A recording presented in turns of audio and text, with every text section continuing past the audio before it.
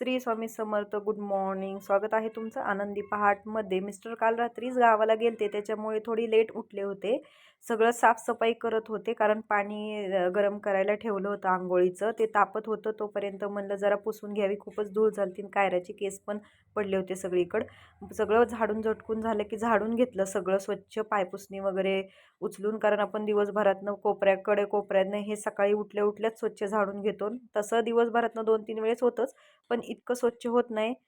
कायरा सगळीकडे काय खाल्लेलं टाकतच असते. मग आंघोळीचं पाहिलं तर पाणी गरम झालेलं होतं आंघोळीचं.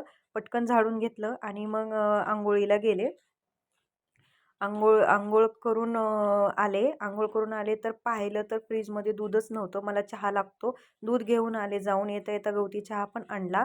देवाला दिवा लावला. देवाला दिवा लावून झालं की दूध गरम करायला ठेवलं आणि मग दूध गरम मस्त गवती चहा ठेवला. एका साईडला दूध आणि एका साईडला चहा. तोपर्यंत भाजी चिरून घेतली, कारण मिस्टरांचा फोन आलता की डब्यात रेडीत ठेव. मला आलं की पटकन जॉबवर जायचं, सरांचा कॉल आलता. तर डब्बा रेडी झालता माझा.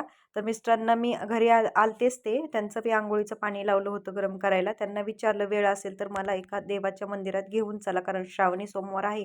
महादेवाच्या मंदिरात मी गेलेच नाही. तर ठीक आहे बोलले. हाफ डे टाकून ते घरी आलते आणि मग सगळं आवरून झालं की आम्ही गेलो महादेवाच्या मंदिरात. हे बघा, इथं मस्त शांत मन प्रसन्न.